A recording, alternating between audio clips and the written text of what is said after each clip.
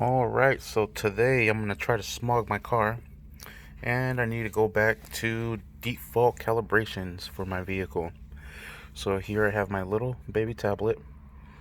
I have it connected. You can see the Flash Pro connected, OBD2 to the ECU. Perfect.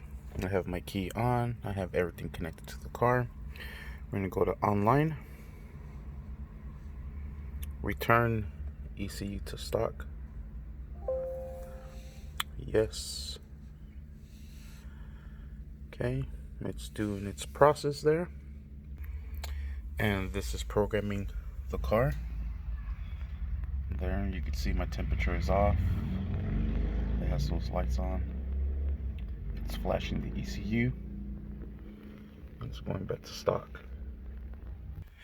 When you upload a tune, shows the RPM rise, then red line. Then when it's complete, it goes back to 0. Since it's removing it, I think it should redline and drop as it goes back to 0. That should be dope, but it's not. We're almost there. Alright, and it's pretty much done there.